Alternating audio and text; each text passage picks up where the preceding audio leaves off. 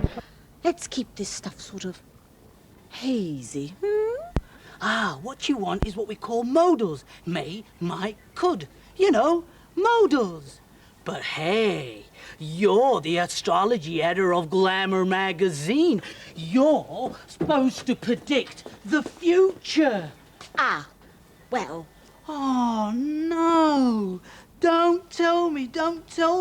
Horoscopes aren't true. And my horoscope said I was going to be lucky today. Look, I didn't come here to defend or apologise for astrology. It's just a job for me. What do you mean you don't believe in it? How could you not believe in... Venus and Mars are strongly opposed. Romance could be ill-fated. You should end that troublesome relationship now. Big personal decisions may be called for. Now is the time to act. If you're feeling totally confused, you might want a little lie down. That kind of thing. I'm not a believer. To me, it's all superstition. But thank God my readers do, because it pays my rent. Well, you would think like that, wouldn't you? Why? Because you're an Aquarius. You lot are so cynical. Not like us Leos, no. Well, at least I get paid for it, And I'll take all 4 of those modals. Thank you.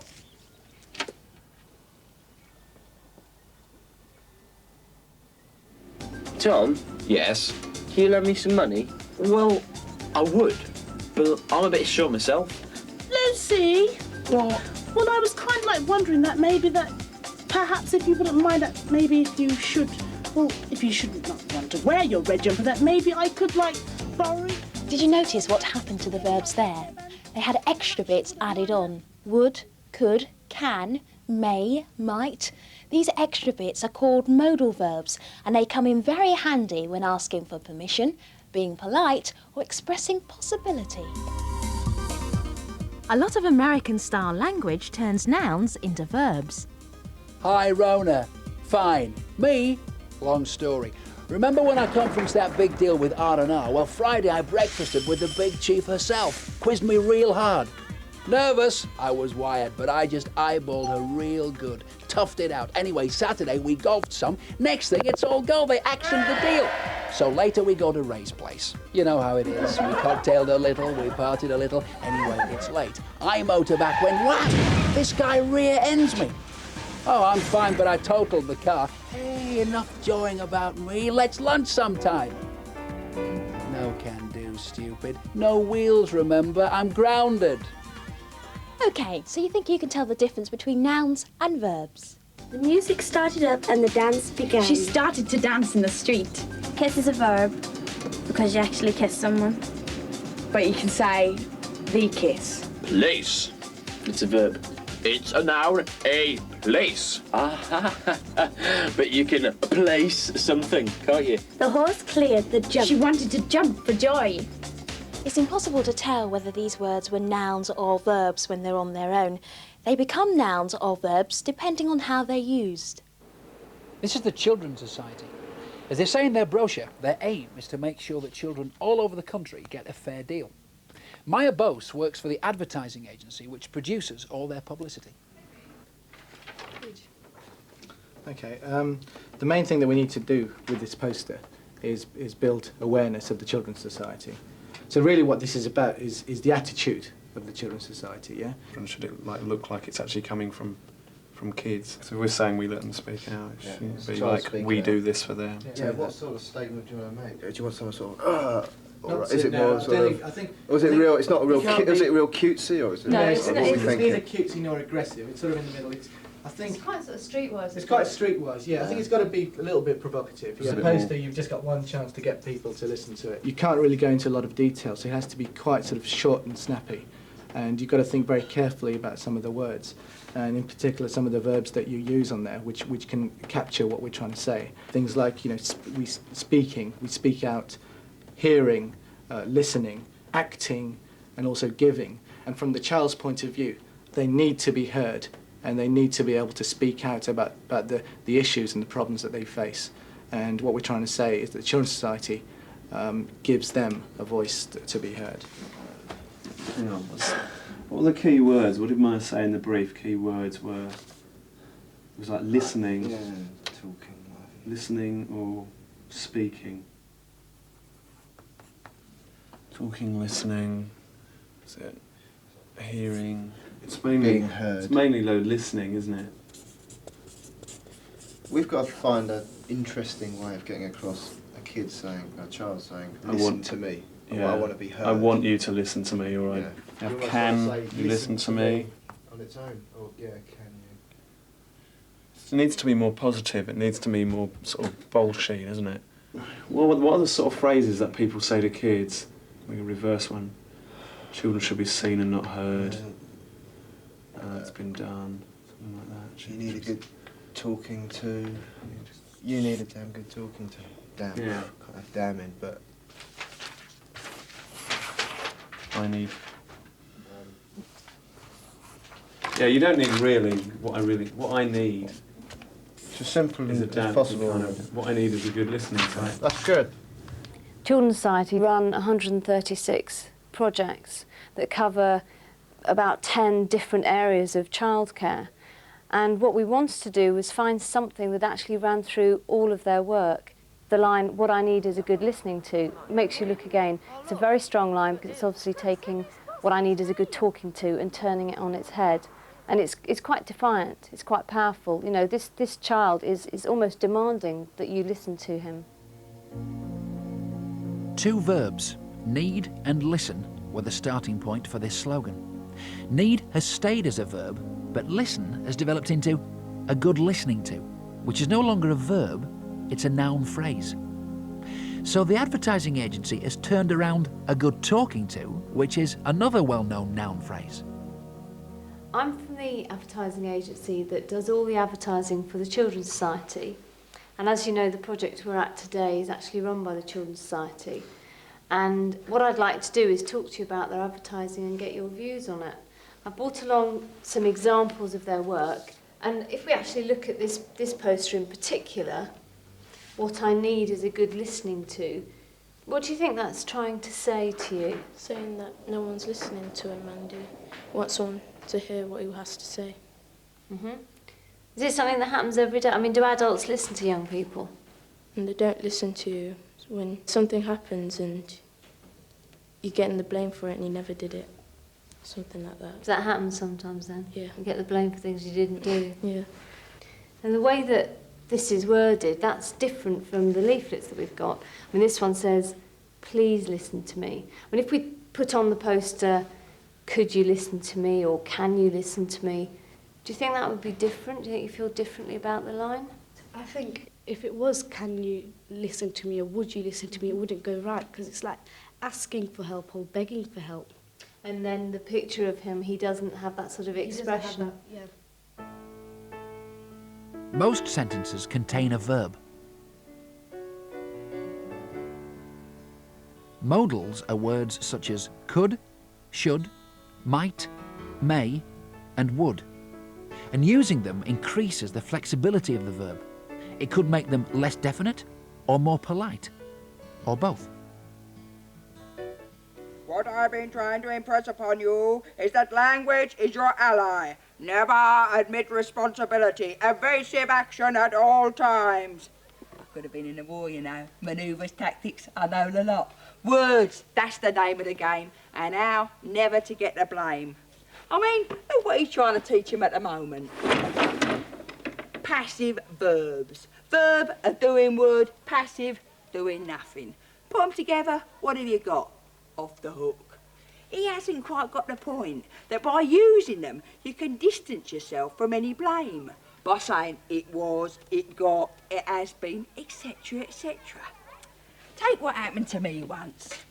Clara, what's happened to my bone china teapot that Auntie Susie gave me for a wedding present and that I was going to get valued at the Antiques Roadshow? It got broken, Mum. Do you like this stainless steel one? I got it with my pocket money. Oh, Clara. You see, honesty is the best policy. To a point. Break the news. It got broken, Mum. passive verb, but leave out the tiresome details like by who, how or when. By me playing five-a-side football in the front room when it was raining.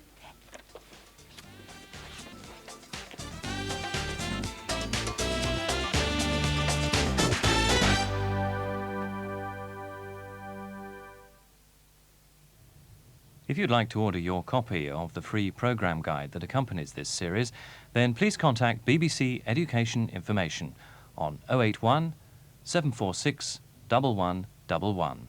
That's 081 746 1111. Words and Pictures in a couple of minutes tells the story of Michael, who finds different creatures waiting for him each time he opens the door. Before that, on BBC Two, the news at 2 o'clock with Moria Stewart.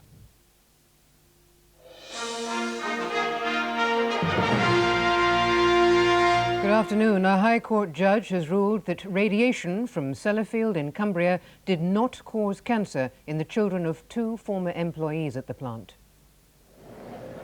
It was the first time a British court had been asked to decide personal injury claims on alleged genetic damage passed on from the father. The 2 families from Cumbria decided to go ahead with the action against British nuclear fuels a year ago.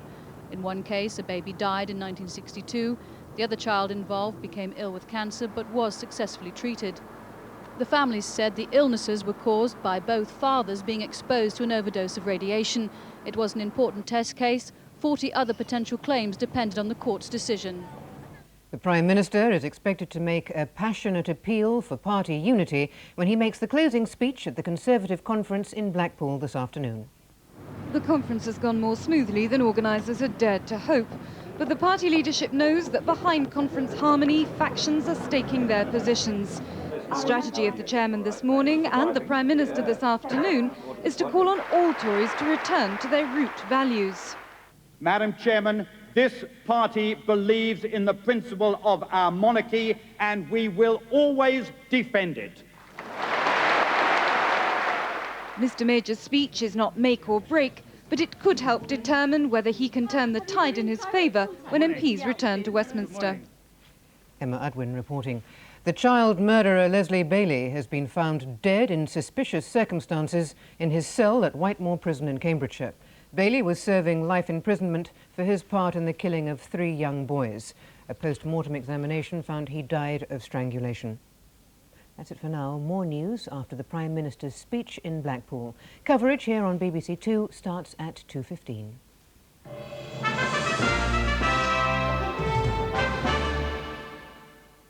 Good afternoon to you. Well, the weather radar tells a story. Those bright colours down there over southern Wales bringing some heavy rainfall, over ½ an inch in some places during the morning, and further showery rain over the northwest there of Scotland. That heavy shower rain is going to push its way gradually eastwards and northwards as we go through the afternoon. Some further showers there getting into those northern eastern coastal areas. In between, well, quite a bit of dry and sunny weather, quite pleasant I think over East Anglia. Dry skies over Scotland and Northern Ireland, but further rain for the northwest and the best temperatures in the south and east. Now on BBC Two, a surprise or two for Michael in Words and Pictures. Words and Pictures.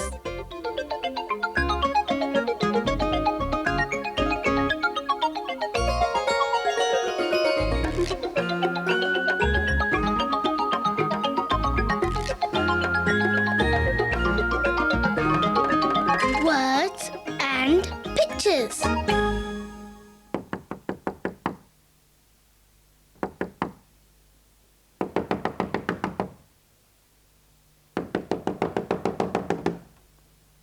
Hello. There's something rather interesting about this door. Every time I open it, I can see something different. I wonder what that is.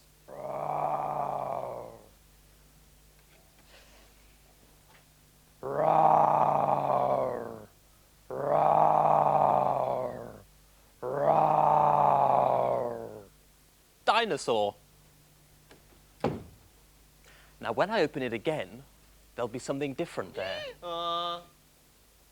Wonder what that could be. A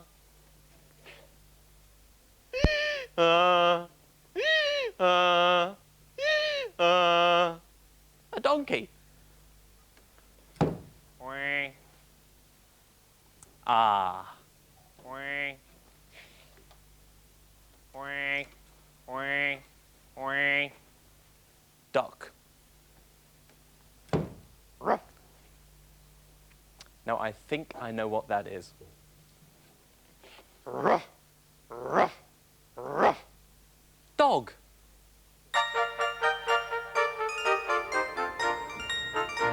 Door. Dog. What else can you see that starts with the same sound?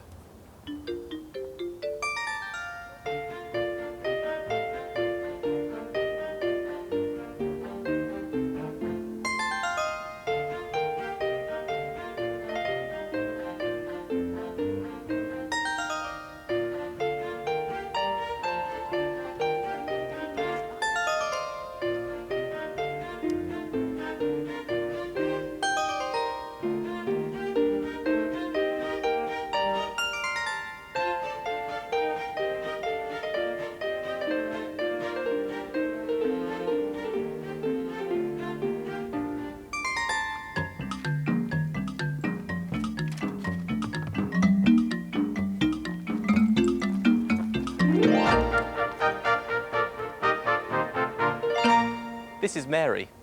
Her dogs are special dogs. They're called pat dogs.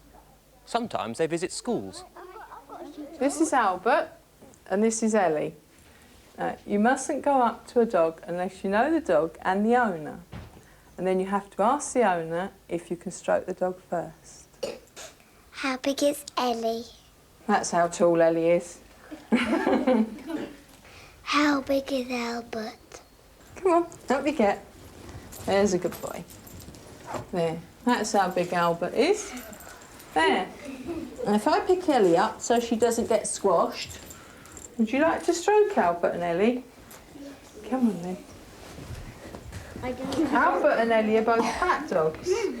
We go round old people's homes and the hospitals where people can't keep dogs. How do dogs help people in hospital?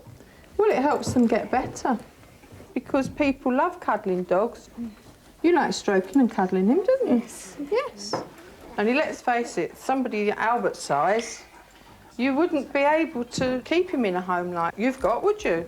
He would have to live in our garage. Would he? We're off to find Jan now. She lives in a home where they can't have dogs. So we're going to find her and we'll see you all again soon, OK? Bye-bye. Bye. Bye. There's Jan.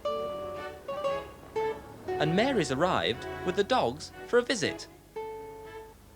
Jan lives in an Abbeyfield home. Abbeyfield homes are a great place to live in when you're getting old. Come in. Good morning, Mary. Oh, Albert, lovely to see you. Hello, Albert. Come on. Come on round here and look at me. How are you this morning? Oh, Albert, I did wash my face this morning, you know. I did. Would you like a cup of coffee, I'd Mary? love a cup of coffee, thank you. Where have you been today? I've been to the school round the corner. Yes. Met the children. Managed, Mary. Thank you very much. Albert, look. Would you like Look, a that way. biscuit? Oh, would you? There you are. You nearly had my finger as well.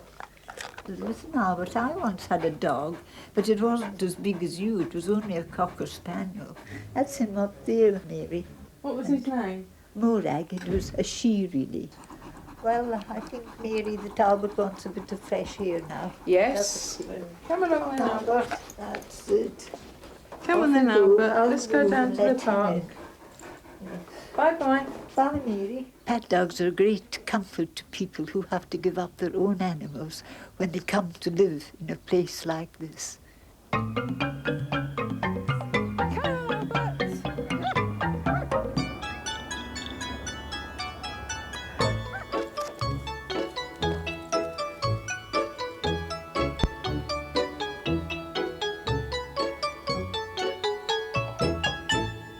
trying to find out what sort of a dog Albert was. There are lots of different breeds of dog. This one looks a bit like Albert. It's an Irish wolfhound. And this one here looks like Ellie. That's a dachshund. Lots of different types of dog. Here's a dotty spotty dog. It's a Dalmatian. And this dog here looks a little bit like the dog in today's story. And the story's called Give a Dog a Name. Grandpa's new dog lay in its basket and would not come out. He needs a name, said Dad. Should be easy. Come on, Spot. Good Spot. But the dog did not move. Let me try, said Mum. Come on, Rover. Good Rover. But the dog did not move. My turn now, said Jenny. Come on, Rex. Good Rex. But the dog did not move. What about me? Said Anthony. Come on, Anthony. Good Anthony. Yeah. But the dog did not move. That's your name. Anthony is not a dog's name, said Dad. You'd better let me try again. Come on, Ginger. Good Ginger. Meow. But the dog only wagged its tail. That's a cat's name. Ginger is not a dog's name, said Mum. I've got an idea I think will work. Come on, Billy. Good Billy. But the dog only wagged its tail. That's a goat's name. Billy is not a dog's name, said Uncle John. This will do the trick. Come on, Jumbo. Good Jumbo. But the dog only wagged its tail. That's an elephant's name. Jumbo is not a dog's name, said Aunt Julie. You need someone who understands dogs. Come on, Sparky. Good Sparky. But the dog only wagged its tail.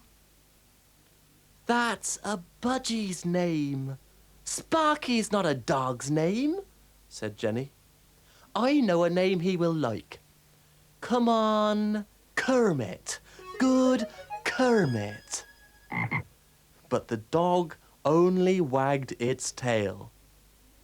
That's a frog's name. Kermit is not a dog's name, said Anthony. Let's give up. I can't think of any more names for him. Just then, Grandpa came down the stairs. We can't get your dog to come out of his basket, said Anthony. And we've tried every name we can think of, but no name seems to fit him, said Jenny. That's odd, said Grandpa. I never have any trouble. Come on, Rosie. Good Rosie. Then Rosie ran to Grandpa, wagging her tail. And she and Grandpa both went out to play.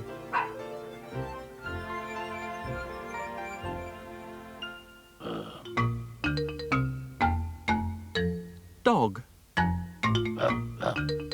Dotty dog.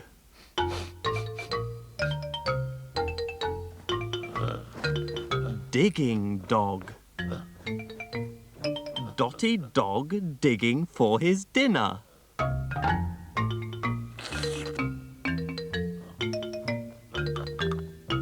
Dinosaur.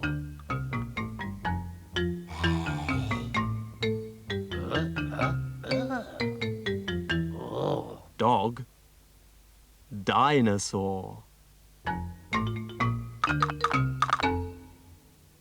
Dog, dinosaur. Both these words start with the same letter. Watch how Magic Pencil writes it. All the way round, up and down and flick. All the way round, up and down and flick. All the way round, up and down and flick. All the way round, up and down and flick. All the way round, up and down and flick. All the way round, up and down and flick.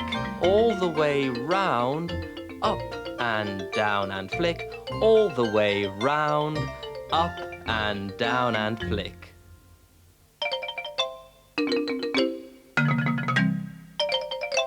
This old man, he played one, he played knick-knack on my drum.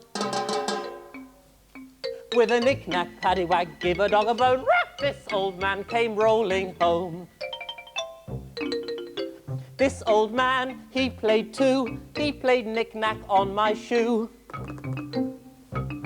With a knick-knack, paddywhack, give a dog a bone, rap, rap! This old man came rolling home.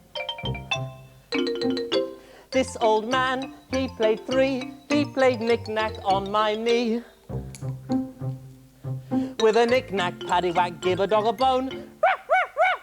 This old man came rolling home. This old man, he played four, he played knick-knack on my door. With a knick-knack, paddywhack, give a dog a bone, rap, rap, rap, rap! This old man came rolling home. Bye!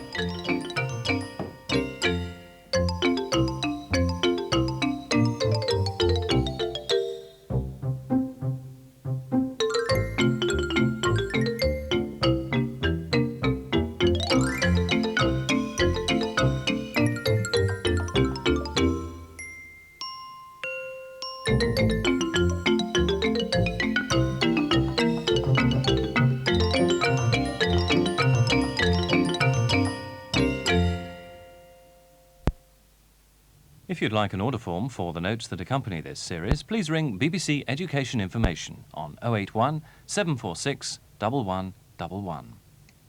Also on that number, you can get an order form for the videos of Favourite Stories, Volume 1 and 2 from Words and Pictures. All the stories in the videos have been specially selected to support reading development in primary schools. BBC Two brings you the UK premiere of the recently rediscovered Messe Solennelle. The work of Hector Berlioz, enthusiastic exponent of French Romanticism and the leading French composer of the 19th century. Messe Solennelle, live from Westminster Cathedral, Tuesday 9:30 on BBC Two. Because of a waterlogged course, this afternoon's racing at Ascot has been cancelled. So on BBC One shortly, instead of Sport on Friday, there's film comedy, starring Lawrence Harvey in The Spy with a Cold Nose. This is BBC Two, where we head for Blackpool for the final session of the Conservative Party conference, introduced by Sheena MacDonald.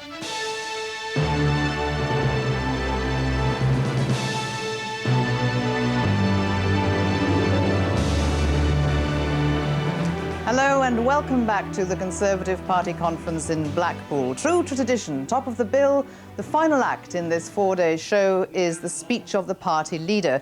And after a year of stresses and strains, the Prime Minister should be well prepared to deliver a speech of which much is expected.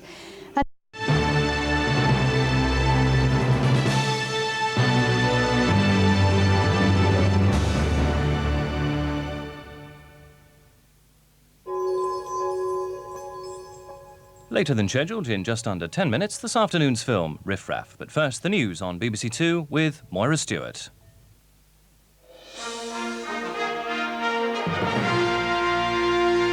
Good afternoon, and the Prime Minister has urged his party to work together to restore Britain's economic health.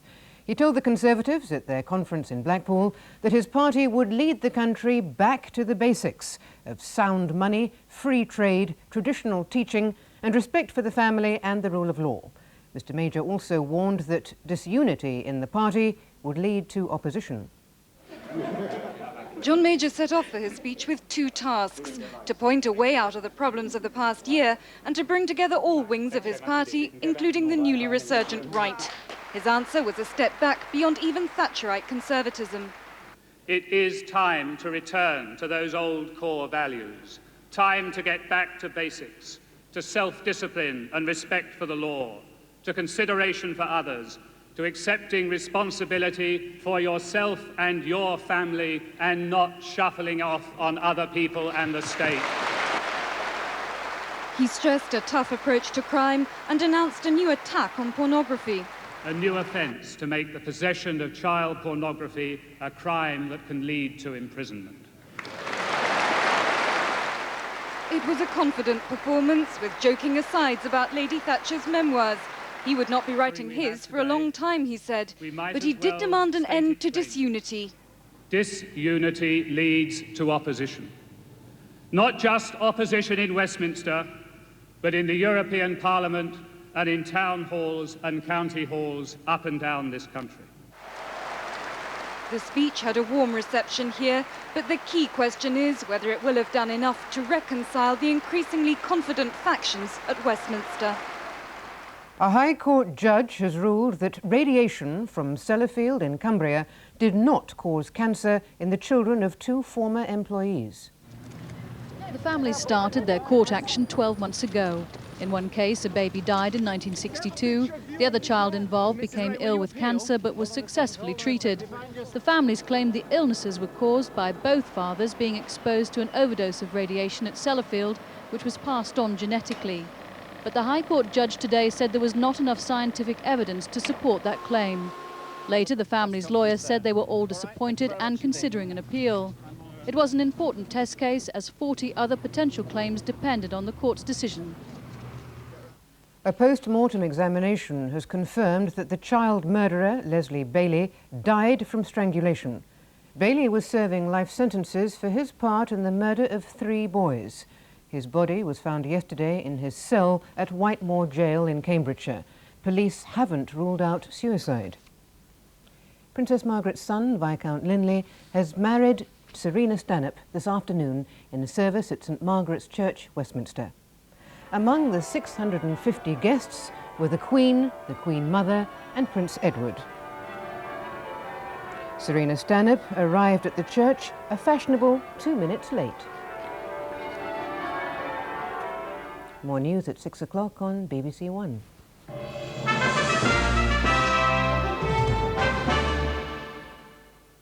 Hello there, very good afternoon to you all. The radar's showing the weather picture quite clearly. Heavy rain coming in across the southwest, pushing there through the central regions and gradually northwards through Wales. Some of it's going to push into some southeastern parts of England as we go through into the evening. So it's going to affect those most western and southern areas as we go into the early part of the night, but then gradually dying back, showers just holding on through the south and western coastal areas. Inland, the clearer skies allowing mist and some fog patches to form.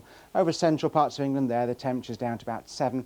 Away to the north and east of Scotland, thicker cloud coming in, bringing rain into those areas, and that's going to continue to push westwards as we go through the day, making some parts of Scotland fairly wet and miserable. Elsewhere, sunshine and showers, the showers dying out from the southwest later. This is BBC Two in the southeast.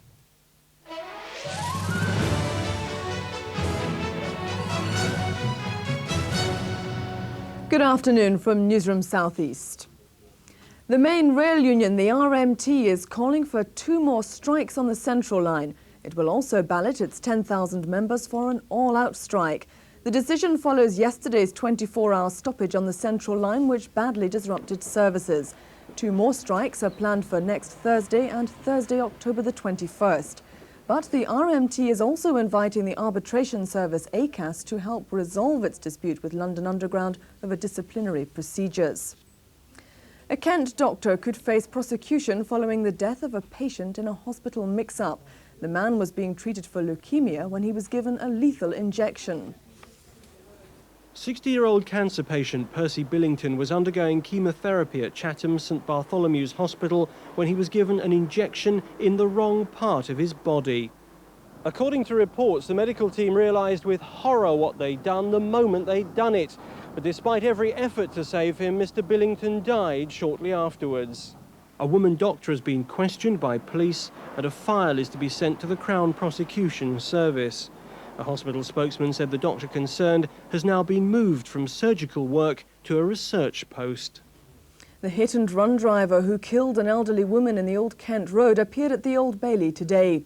The court heard that 83-year-old Nancy Joyce had just bought a packet of seed for her 2 budgies when she was hit by a stolen car. She was knocked 12 feet in the air and the driver then ran over her body, dragging her 100 yards along the road before making off. 25-year-old Lee Brown from Bermondsey had been released from jail 3 months before and was banned from driving. He said he was taking his girlfriend to buy some heroin and they'd had a row. He was remanded in custody for pre-sentence reports. 4 officers in Lambeth's housing department have been suspended following allegations of blue movies being made in the town hall. Lambeth Council says a special panel's been set up to investigate the claims. It's confirmed that one of the officers is a senior member of staff. A Jewish family from Twickenham in Middlesex, which was subjected to a 3-year hate campaign by neighbours, has been awarded more than £8,000 compensation. That's it. Now the weather forecast with Richard Edgar. Thank you very much. Well, the radar picture shows some showery ranges pushing into the western side there of London. That's going to affect, I think, the region through the night. Many places dry, but some showers extending eastwards as we go through the night, then tending to die back just to the coastal fringes there to the south overnight. Elsewhere, clearer skies inland, bringing some mist and fog patches by dawn. Not too cold night, lowest temperatures there down to about 8 degrees. And then tomorrow, another day of sunshine and showers. The showers tending to ease off as we go into the afternoon, and the best temperatures around about 15. Hailed as a landmark series in television history, Kenneth Clarke's Civilisation returns to BBC Two tomorrow at 2 o'clock. Energy, vitality. All the great civilizations or civilizing epochs have had a weight of energy behind them. But behind the glittering career, Clarke led a complex private life. He was unable to forget the fact that he'd been so indiscreet and so often, and to so many people, and sometimes on the same evening. At 8:10 this Sunday, a revealing biography charts his extraordinary achievements. And at 11:10, Love Tory, the highly acclaimed film portrait of Mrs. Thatcher's controversial former minister, Alan Clarke. She had very pretty ankles and little feet. She allowed me what are called liberties. Father and Son, this weekend on BBC Two. International jazz giants take centre stage, all next week at midnight on BBC Two.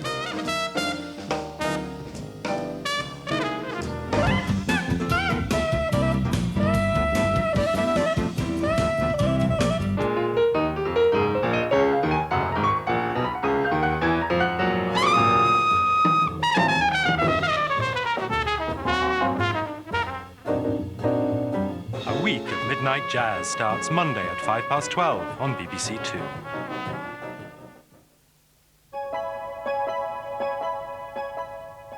Well now, because of our extended coverage of the Prime Minister's speech, there's a change to the afternoon schedule here on BBC Two, which means we'll be unable to bring you Top Gear, planned for 5:30. But now, later than scheduled, we come to our film. An industrial dispute gets out of hand with disturbing repercussions as Spencer Tracy and Jean Harlow star in Riffraff.